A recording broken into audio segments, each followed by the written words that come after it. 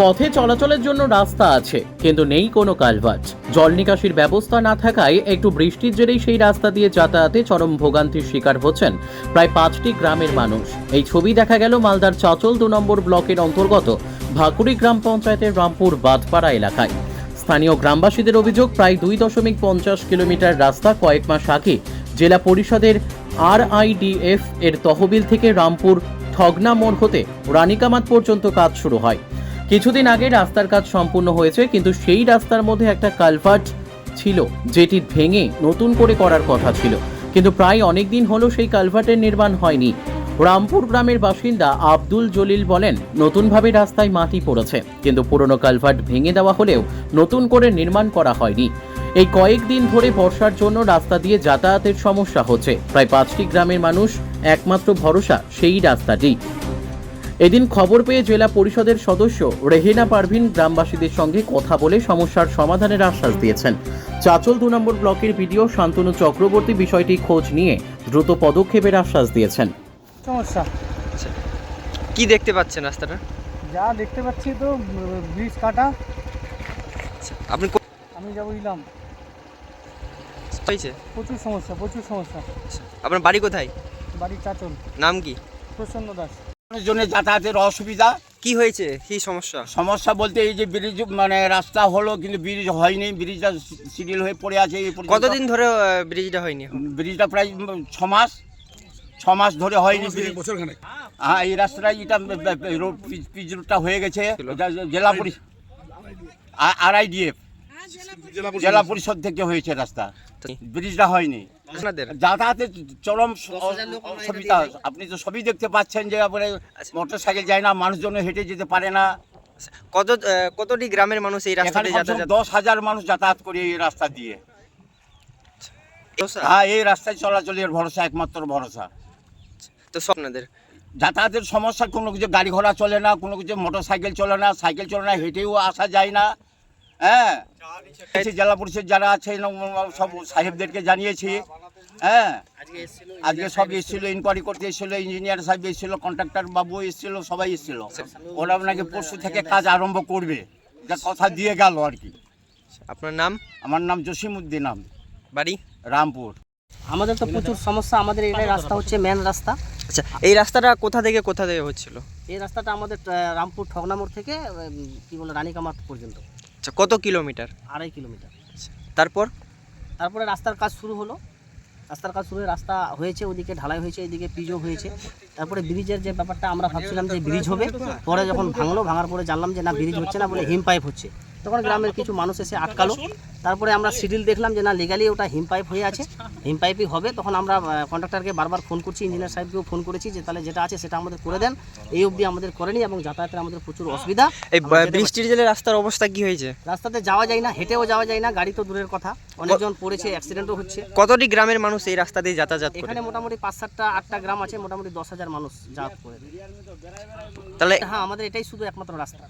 আচ্ছা, তারপরে এখন সমস্যা, এই জল যাচ্ছে, যাওয়া যাচ্ছে না। আজকে আমরা ডেকেছিলাম, ইঞ্জিনিয়ার সাহেব এসেছিল, তারপরে বিডিও সাহেব এসেছিল, তারপরে আমাদের জেলা পরিষদের সামিউল ইসলাম এসেছিল, তারপরে ওই কি বলে যে রাইহানদা এসেছিল।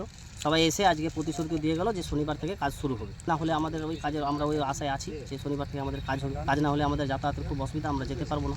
আপনার নাম? আমার নাম সৈয়দ আলী, বাড়ি রামপুর ঠগনামোড় থেকে যে রানীকামাত পর্যন্ত রাস্তাটা, এটা দুই পাশে মোটামুটি ঢালাই কাজ হয়ে গেছে।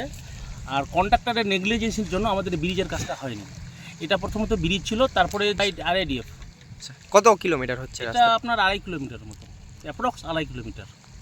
আর এই যে ব্রিজটার ব্যাপারটা, যখন ব্রিজটা ভাঙে ঠিকাদার, তখন আমরা ভাবি যে হয়তো এখানে পুনরায় আবার ব্রিজ হবে। পরবর্তীতে আমরা যখন শিডিউলটা দেখছি এটা কালভার্টে পরিণত হয়েছে। তারপরে আমাদের গ্রামের 2-1 মাতব্বর সেই কাজটা বন্ধ করে দিয়েছিল। তারপরে কন্ট্রাক্টরও কিছু নেগলিজেন্সি ছিল। তারপরে আজকে আমরা ইঞ্জিনিয়ারকে ডাকলাম এবং ঠিকাদারও আসলো। আসার পরে দেখা হলো আগামী শনিবার থেকে, মানে আজকে তো বৃহস্পতিবার, শুক্রবার, শনিবার থেকে এই কাজটা আবার চালু হবে। না, এখনও কমপ্লিট হয়নি, পুরোপুরি কমপ্লিট হয়নি। রাস্তায় মাটি, সাইডে যে মাটিগুলো দেওয়ার কথা সেগুলো মাটি ফেলে রেখেছে, কিন্তু এখনও দেওয়া হয় না। হ্যাঁ, স্থায়ী সমাধান শনিবার থেকে কাজটা নাকি কন্ট্রাক্টর চালু করবে, এটা আমাদের আজকে প্রতিশ্রুতি দিয়ে গেল। তার সঙ্গে ইঞ্জিনিয়ারও ছিল। আর তার সঙ্গে আমাদের এটার দাবিটা এই জন্যই ছিল বেশি করে, যে আমাদের গ্রামের যে স্টুডেন্ট, ছাত্র কিংবা ছাত্রীরা, এই যে আজকে চাচলে টিউশনিতে যাবে, স্কুলে যাবে, প্রচণ্ড সমস্যা। হঠাৎ একটা কোনো পেশেন্টকে নিয়ে যাওয়া কিন্তু খুব টাফ ব্যাপার। নাই করে 10টা গাড়ি আজকে অ্যাক্সিডেন্ট হলো এখানে। আর আজকে যে আমি যতক্ষণ থেকে এখানে আছি, ইঞ্জিনিয়ার এবং ঠিকাদার ছিল, তখন থেকে যে মোটরসাইকেলগুলো পার হচ্ছে, এই যে দেখছেন রাস্তাটা, এই ঠিক সেই সময় থেকে মোটামুটি এই 10 থেকে 12খান গাড়ি অলরেডি পড়ে গেছে এখানে। আপনার নাম?